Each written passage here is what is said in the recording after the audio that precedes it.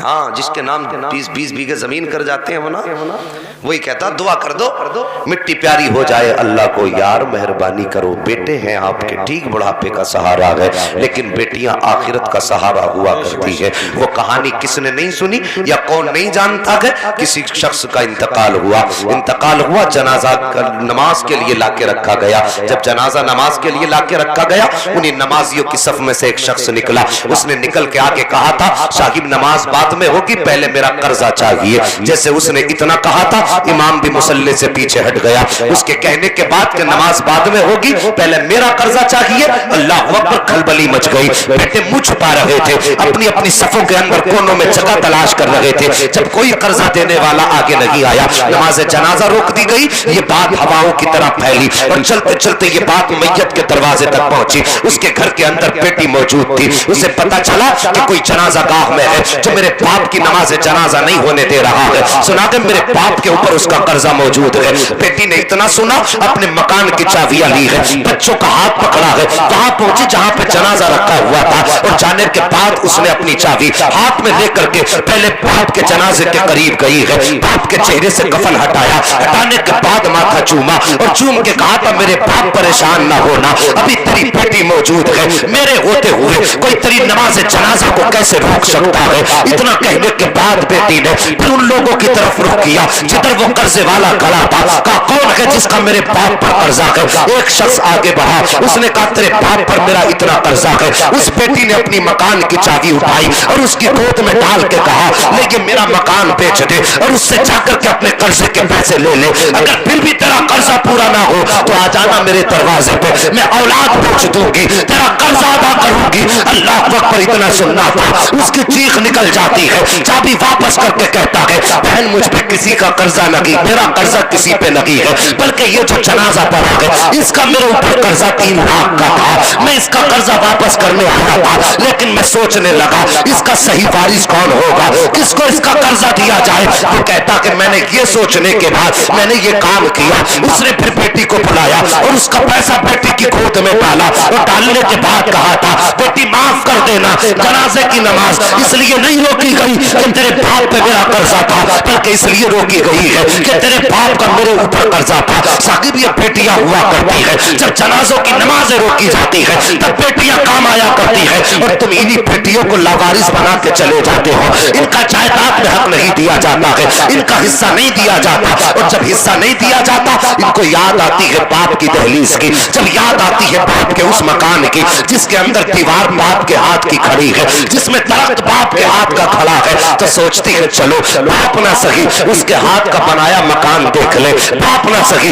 اس کے ہاتھ کی بنائی دیوار دیکھ لے۔ اللہ اکبر یہ سوچ کے آیا کرتی ہے، بھابیاں کہا کرتی ہیں گھر میں مت آیا کر، تیرے آنے سے سکون ختم ہو جاتا ہے، تیرے آنے سے آرام ختم ہو جاتا ہے، تو بہنوں کے کلیجے تڑپ جاتے ہیں۔ بیٹیاں کہتی ہے بھائی تیرے دروازے پہ دولت لینے نہیں آئے تھے، تیرے دروازے پہ روٹی کھانے نہیں آئے تھے، ہمیں تو باپ کی یاد آئی تھی جب تیرے دروازے پہ چلے آئے تھے۔ اللہ اکبر یہ کہتی ہوئی بیٹیاں گھر سے نکلتی ہے اور قبرستان جا کے باپ کی قبر پہ کھڑے ہو کے کہتی ہے میرے باپ اچھا کیا تو نے جو کیا ہے، کاش ایک مکان دے کے آ جاتا جو ہم تر تر کے ٹھوکریں نہ کھاتے، اور یار مہربانی کرو تم جائیداد چھوڑ کے جا رہے ہو، قبر میں ساتھ نہیں لے کے جانا ہے تو اتنا ضرور کر لینا جب مرو تو جب بیٹے آئے تو سادہ کاغذ مت منگا لینا، بیٹیوں سے چھپ کر کے بیٹوں کو بلا کر کے ان کے انگوٹھے اپنی زمین کے ان کے انگوٹھے اپنی زمین پہ مت لے لینا، ان کے نام جائیداد ساری مت کر دینا، بلکہ جو بیٹوں کا حق ہے وہ بیٹوں کو دے کے مرنا،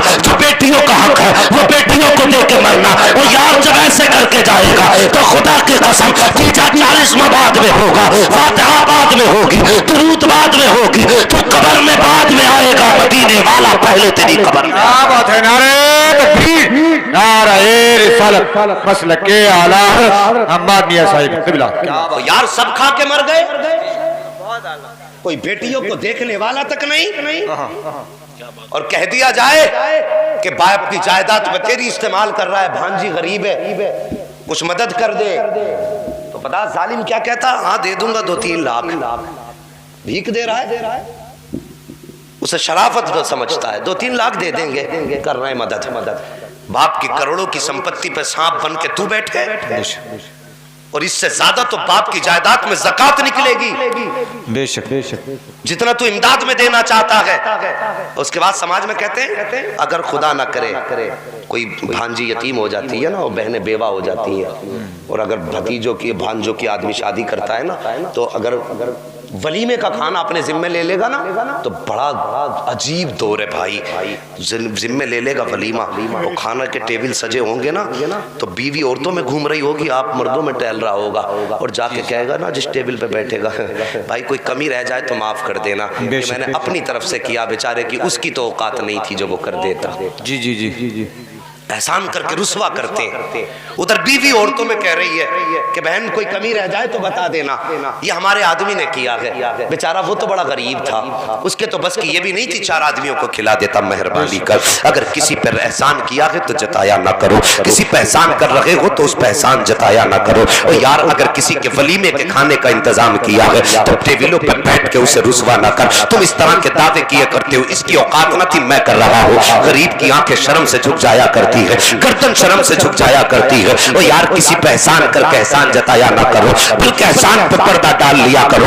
دنیا نہ دیکھے گی تو کوئی بات نہیں ہے, جس کی رضا کے لیے کیا ہے وہ خدا دیکھ رہا ہے, جس کی رضا کے لیے کیا ہے وہ مصطفیٰ دیکھ رہا ہے. غریب کی مدد کرنے کے بعد اسے چراغے پہ رسوا نہ کر, بلکہ اس کا کام اپنے کام کو اس کا کام بتا دے. یہ کسی پہ ظاہر نہ کر کہ میں نے مدد کی ہے تب یہ ہو رہا ہے. اگر پتہ بھی چل جائے پردہ ڈال کے کہہ دے یار ذریعہ میں تھا, کرنے والا خدا ہے. جب تیری نیت ایسی ہوگی, جملے ایسے ہوں گے تو خدا کی قسم ادھر غریب بھی مسکرائے گا, مدینے والا مصطفیٰ بھی مسکرائے گا. بات ہے نعرہ تکبیر, نعرہ رسالت, علماء اہل سنت, فیضان حضور کا دیا بھائی. اور مہربانی کرو, کسی پہ احسان کیا کرو تو جتایا نہ کرو.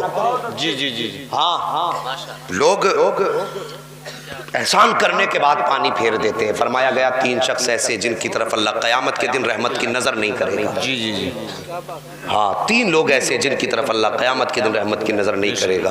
2 کی بات چھوڑیے, تیسرے کی بات کروں. فرمایا گیا جو کسی پہ احسان کر کے احسان جتائے گا نا, اللہ اس کی طرف اپنی نظر کرم بھی نہیں کرے گا. اور بخشش اور مغفرت تو بہت بڑی بات ہے, رب اس کی طرف اپنی شایان شان دیکھنا بھی گوارا نہیں کرے گا. مہربانی کرو, کسی پہ احسان کر کے اگر جتا دیا سب ختم ہو جائے گا. جلسے میں پیسے دے کے کہہ دیا ہاں ہم نے اتنے پیسے دیے تھے تو جلسہ ہوا.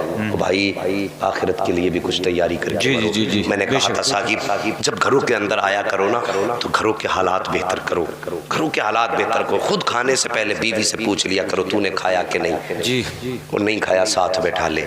میرے نبی فرماتے ہیں عائشہ جب میں بیٹھا نا کھانا کھانے کے لیے, وہ خدیجہ نے کھجور دی, آخری کھجور رہ گئی. میں نے ہاتھ پکڑا, میں نے کہا خدیجہ تو بتا تو نے بھی کچھ کھایا کہ نہیں.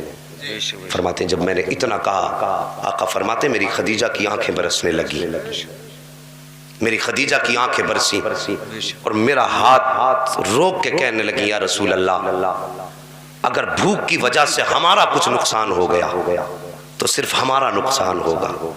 آقا اگر آپ کو کچھ ہو گیا تو صرف خدیجہ کا نقصان نہیں بلکہ ساری کائنات کا نقصان ہو جائے. بے شک بے شک بے شک. جی جی آقا اگر خدیجہ کو کچھ ہوا تو میرے جیسی 1000 بیٹیاں پیدا ہوں گی, لیکن آقا آپ کے جیسے کائنات میں کوئی دوسری خاتون, آپ کے جیسی کائنات میں کوئی دوسری ذات پیدا نہیں ہو سکتی ہے.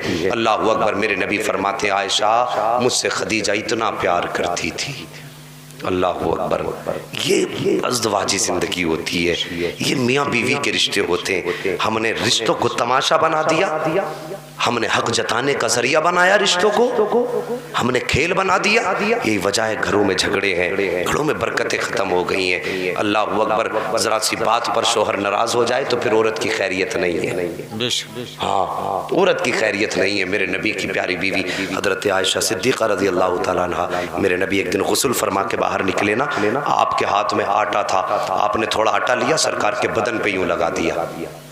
نبی پھر گئے, پھر نہا کے آئے, اور آقا فرماتے عائشہ اگر پہلے لگا دیا ہوتا تو نہا بھی اکٹھا لیتے. یہ جملے تھے. آج مجال ہے اگر تولیہ چھو دی اور چھو دی عورت نے تو پھر خیریت نہیں ہے. مزاج اچھے کرو, اخلاق بہتر کرو. اگر تم اپنے گھر والوں کے لیے اچھے نہیں ہو سکتے تو پھر تم باہر والوں کے لیے کیسے اچھے ہو سکتے ہو.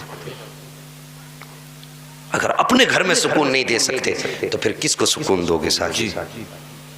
مہربانی کرو، حالات بہتر کرو، گھروں کی زندگی اچھی کرو، بات بات پہ جھگڑے اور طلاقوں کی نوبتیں ختم کرو، زندگی گزارنے کا طریقہ صحیح نکالو۔ اور یار اگر کوئی بیوی کسی کی سخت مزاج بھی ہے، میں یہ نہیں کہتا سارے شوہر غلط ہیں، وہ بیویوں سے بھی گزارش ہے مہربانی کرو شوہروں کی عزت کیا کرو۔ اگر شوہر کہتا بازار نہیں جانا ہے تو یہ سب سے پہلے نکلے گی، وہ کہتے دوپٹہ سر سے نہ اتر جا، تو دوپٹہ سر سے اترنے کی بات صاحب بدن پہ ہی نہیں ہوگا، منع کیوں کرا؟ شک کرتا ہے اس بات پہ آ کے بس دوپٹہ بدن پہ ہی نہیں رہے گا۔ اور جنتیں ایسے نہیں ملا کرتی ماں بہنوں، تمہیں تو فرمایا میرے نبی نے تمہیں بڑی کثرت کی تعداد میں دوزخ میں دیکھا گیا ہے، مردوں کی تو پھر بھی خیر ہے، مہربانی کرو فرمایا گیا عورتوں کو زیادہ تعداد میں دیکھا ہے، تم سے بھی گزارش ہے شوہروں کی عزت کرو۔ جنتیں ایسے نہیں، جنتیں شوہر کی فرما برداری میں ملا کرتی ہیں۔ فرمایا میرے نبی نے اگر خدا کے بعد عبادت کا حکم ہوتا تو میں سب سے پہلے سجدے کی اجازت ہوتی تو میں سب سے پہلے عورت کو حکم دیتا کہ وہ شوہر کو سجدہ کرے۔ اتنا بڑا رتبہ شوہر کا ہے، اور تم اپنے شوہروں کی نافرمانی کر کے زبان چلا کر کے آخرت اپنی برباد نہ کرو۔ اللہ کریم ہمیں سب کو اپنے محبوب کے فرامین پہ عمل کرنے کی توفیق عطا